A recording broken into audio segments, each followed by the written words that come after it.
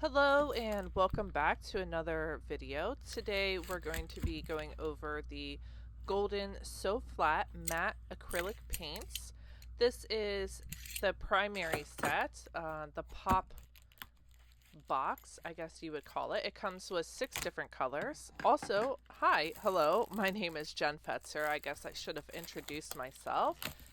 So again, these paints have been suggested to me by quite a few of you to try since they are super flat and I've looked at them for a while. I don't know if you noticed when I was moving the box around, but there was a little sales sticker and I ended up getting these for $30. They're originally $60, so about $10 a little jug or whatever you would like to call it. They are 2 full fluid ounces and the set has a total of 40 different colors that you can choose from. I do think that they could add to the color line. As you can see with my nail polish, I am a fan of vibrant purple, and unfortunately they don't have one, and mixing this exact shade of purple is kind of complicated. It's a bit of a pain in the butt, so it would be nice if they had that color added to their line as well. Unfortunately, they don't. Some things I like about this set is they were very easy to open. Sometimes with paint, when you go to the inner layer right here and you go to open them, it can be a little bit of a struggle. I do still end up making a mess, as you will see in the video, such as the way of an artist's life. I'm using a watercolor sketchbook, one of my favorites. It's by Speedball brand, and I'm just going to do some swatches of colors, and then I'm also going to do a little bit color mixing so you can see what you can get from this basic primary set. This is the ultramarine blue color. There's also a naphthol red light, cadmium primrose, my apologies, which is the yellow, a permanent green, a black, and a titanium white. And with this set of primary colors, you can make quite a lot of colors with it, so it's very versatile. I think for the price, it was definitely worth it. I don't know if I would have loved this set if I would have bought it full price. I feel like I probably would have felt a little ripped off simply because I know it's not something that I'm going to use a lot. I tend to gravitate towards traditional gouache, so water-based gouache that can be reactivated with water. And acrylics are fun. I do pull them out from time to time, but they're not my go-to medium. So for me, this is a personal preference.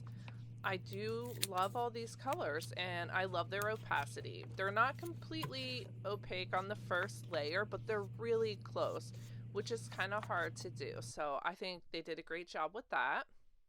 I'm not entirely sure what happened with the black paint, but it looked like only about half of it was in there. That was a little bubble I popped. It's hard to see. I tried to get a good image of it, but it is only about, I would say, a little bit more than halfway full. And it was definitely a lot less than the other colors.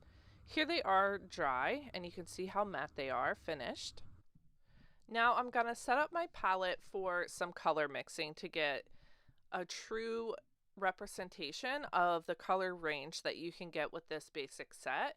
And I do think it creates a lot of beautiful colors. I didn't do every sort of color mixing that you could do. I just did some of the basic ones, which is why I put a lot of white out so you can see the variations. Also, if you are able to and you're enjoying this video so far, if you could please give a thumbs up or a like, that would really make my day. It helps my small channel grow and for me to stay relevant on YouTube. Thank you so much. I think this blue turned out really pretty. It's like a smalt blue. It turned out really well. I love this part of playing around with new art supplies, mixing and seeing what colors you get. Although you will, of course, have an idea of knowing what's going to happen when you mix a white with a blue, it's always still a little bit of a surprise. Sometimes you are pleasantly surprised with how they turn out and what they look like. The red and white will create almost pink-like colors. I say pink-like because it's not like a true pink, which I think is usually made more with magenta colors.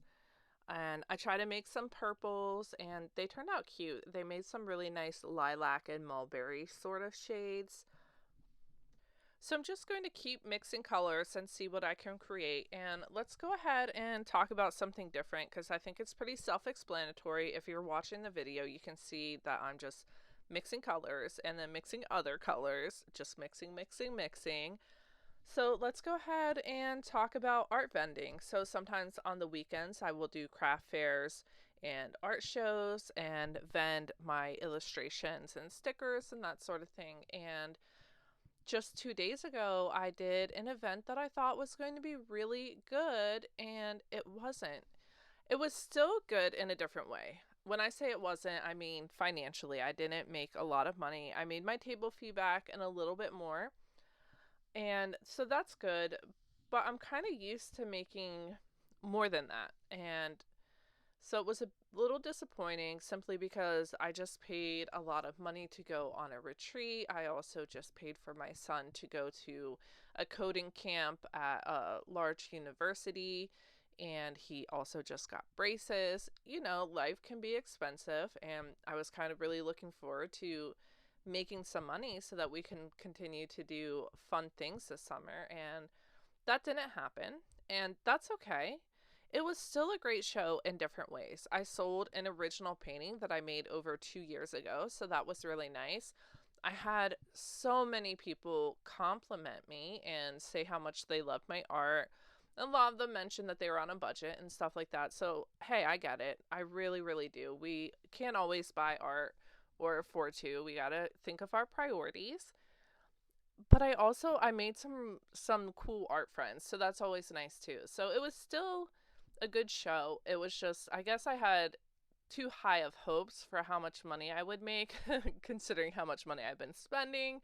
Life can be expensive, but overall, it was still really good. I think there's just something about this year and the uncertainty of just how things are going in the US. I don't think people are spending as much as they want.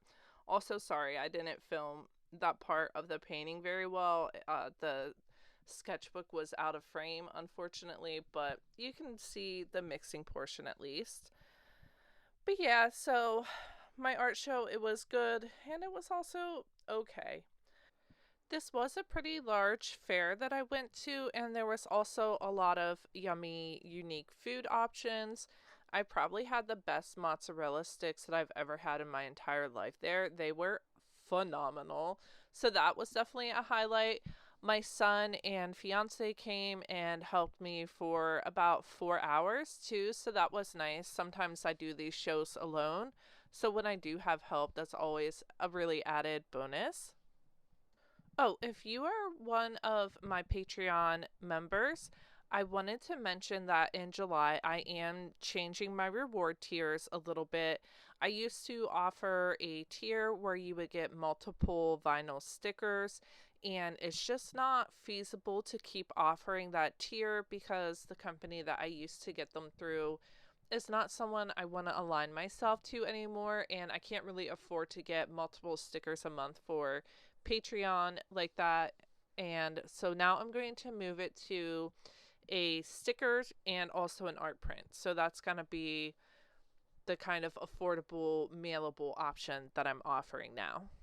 Okay, this is super random, but I also got a power washer recently, as in yesterday. Ken, my fiance, went and bought us one because I had been talking about one for so long now, and we finally have one. And we have a pretty large sidewalk around our house because we're on a corner lot in our neighborhood. And so I got a fair amount done, but there's still probably two-thirds left to do still. It got really hot, so I had to take a break, but that was pretty exciting and fun to do. So, definitely a fun but busy weekend was had. Let's go ahead and talk a little bit about the colors that I'm mixing right now. So, if you're not aware, if you take a really bright yellow and just like a tiniest little bit of green, or not green, yellow, it will make a really lovely army or olive green shade. And that's one of my favorite ways to mix green. I feel like when I learned this a couple years ago, my mind was blown. Who would have thought that black and yellow would make green, but it does. You can see right now that is exactly what happened. All right, some final thoughts. I do like this color set. I'm not a huge fan of the bottles that they come in.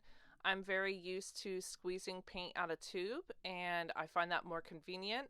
There's like an extra step involved with this. You have to wash your paintbrush or palette knife off afterwards just to get the paint out. I find that somewhat annoying. As someone with ADHD, that also is like one more step that you have to do that if you're not aware, the more steps there is to do something, the less likely you're going to do it when you have ADHD. So, not a huge fan of the little bottles. I do love the colors and how flat they are though. I think they all are really lovely colors. I will show up close up later of the colors and you'll see what I mean. They all turned out really lovely. To make this brown shade, I mix equal parts of red, yellow, and blue, and that's how I got the brown. And here are the final close-up shots. Thank you guys so much for watching another one of my videos. Sorry about all the rambling and complaining. I'll see you guys next week. Until then, bye!